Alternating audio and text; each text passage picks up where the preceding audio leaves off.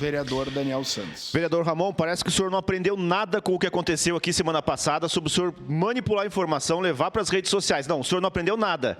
Porque está todo mundo até agora aqui dando explicação do porquê que está sendo votado contra e o senhor faz discurso barato para jogar para as redes sociais. Questão de ordem. Todo mundo não tem questão... Pois não, tem questão de ordem sim. Só um minutinho, eu que determino. Pois não. Seguimos o nosso regimento. Qual artigo, vereador Ramon? Não, presidente. O parlamentar está se dirigindo contra este parlamentar, presidente. O artigo, vereador Ramon. Segue... Tem que embasar, vereador. Pois não, segue declarando seu voto. Porque assim, está todo mundo explicando aqui e o senhor veio falar porque o senhor não foi conversar com o prefeito que não vai ser incluído nos corredores.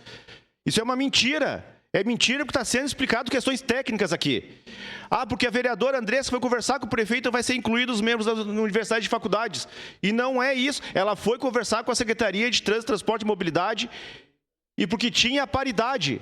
Conseguiram incluir. Se o senhor tivesse feito isso, teria sido colocado também. Aí o senhor faz esse discurso para jogar para suas redes sociais, se fazendo de vítima e que o governo é contra os corredores de rua. Eu sempre falo a responsabilidade do que se faz aqui, dos que se joga para as redes sociais. Foi falado aqui semana passada sobre a mentira que o senhor jogou nas redes sociais, falando que nenhum vereador estava preocupado com a mobilidade, com os deficientes físicos. Que só o senhor estava preocupado. O que é isso?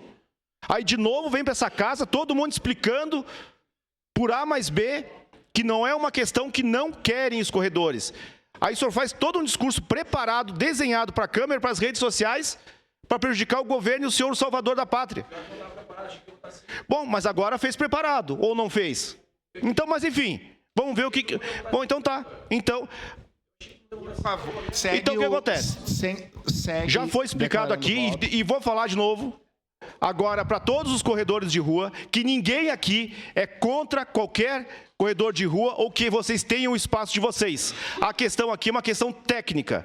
E as portas estão abertas para se discutir, para que futuramente façam parte desse Conselho de Mobilidade Urbana. Presidente, e que não se deixe levar por um discurso populista do vereador Capitão Ramon. Obrigado. Só um minutinho, vereador Daniel. Qual artigo, vereador Ramon? Artigo 209, inciso 2º.